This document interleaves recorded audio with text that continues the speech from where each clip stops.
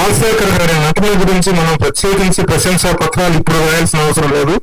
50% కూడా ఆయన నటనలో వాడుకోలేదని అన్నారు, కానీ అది కరెక్ట్ కాదు. ఛాలెంజ్ క్యారెక్టర్ అనేటువంటిది వచ్చిన ప్రతిసారి ఆయన ఆ ఛాలెంజ్ ని మీట్ అయ్యారు. ఇప్పుడు అలా చేయకపోతే అంకుశం, ఆగ్రహం లాంటి చిత్రాల్లో ఆయన ప్రదర్శించినటువంటి ఆ పర్ఫార్మింగ్ స్టాండర్డ్స్, హైట్స్ అనేటువంటి it is not possible to anybody else. అంత గొప్పగా పాత్రలు చేశారు. అంటే అలాంటి పాత్రలు ఇంకా నెంబర్ ఆఫ్ క్యారెక్టర్స్ రావాల్సిన అవసరం ఉంది. ఎలాంటి క్యారెక్టర్ వచ్చినా సరే I'm here for performing and to give my best అనేటువంటి ఒక గొప్ప ఆ ఛాలెంజ్ స్పిరిట్ ఉన్న రాజశేఖర్ గారు.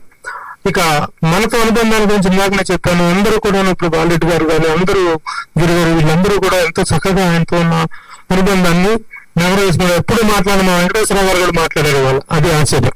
ఎందుకంటే అందరితో అంత కార్డియల్ రిలేషన్స్ మెయింటైన్ చేసినటువంటి వ్యక్తి. ఏ రోజు కూడా ఎలాంటి, ముఖ్యంగా మన మీడియా తోటి ఏదైనా విషయం ఉంటే మళ్ళీ పర్సనల్ గా ఫోన్ చేసి ఏంటి బాబు గారు, ఏంటి బాలరెడ్డి గారు అని చెప్పేసి మనం వాళ్ళ ఒక చర్చించుకునే విధంగానే ఉంటుంది తప్ప ఎప్పుడు కూడాను ఒక వివాదాస్పదమైనటువంటి ధోరణిలో మన రిలేషన్ ఎప్పుడూ కొనసాగలేదు.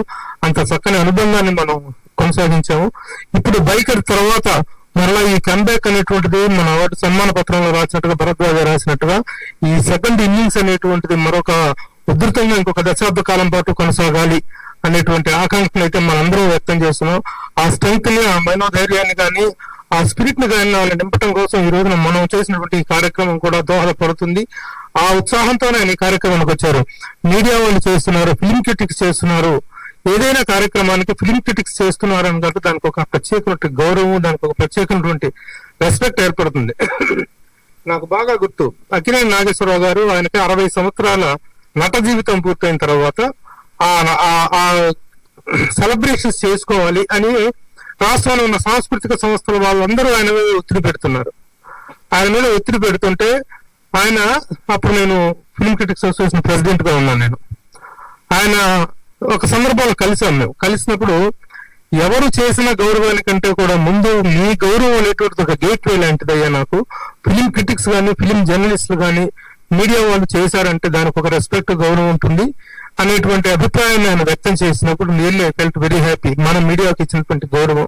ఆ సందర్భంగా ఆయన నట జీవిత 60 సంవత్సరాల కార్యక్రమానికి ఒక కర్టన్ రైజర్ లాగా మన కార్యక్రమాన్ని మనం నిర్వహించడం జరిగింది. ఆ తర్వాత ఎన్నెన్నో సాంస్కృతిక సంస్థల వాళ్ళు ఆయన్ని ఆ 60 years ఆఫ్ సెలబ్రేషన్ చేయడం జరిగింది. అది మన మీడియాకు ఉన్నటువంటి రెస్పెక్ట్, మీడియాకు ఉన్నటువంటి ప్రత్యేక స్థానం. ఆ స్థానాన్ని, ఆ గౌరవాన్ని నిలబెట్టుకునేటువంటి కార్యక్రమాలు మనము చేద్దాం. అందుకు మనకు సహకరించడానికి సెలబ్రిటీస్ ఎప్పుడూ కూడా రెడీగా ఉంటారు. అలాగే రాజశేఖర్ గారు ఎప్పుడు మనం ఈ కార్యక్రమం తలపెట్టినా సరే మనకు ఆయన సహాయ సహకారాలు కానీ, అన్నదండలు కానీ ఎప్పుడూ ఉంటాయి. అయితే ఇప్పుడు మనం నెక్స్ట్ మన కార్యక్రమం తదుపరి అంశం మీద వెళ్ళబోయే ముందు this is meet the press. ఆయన ఒక్క నేను కూర్చోబెట్టి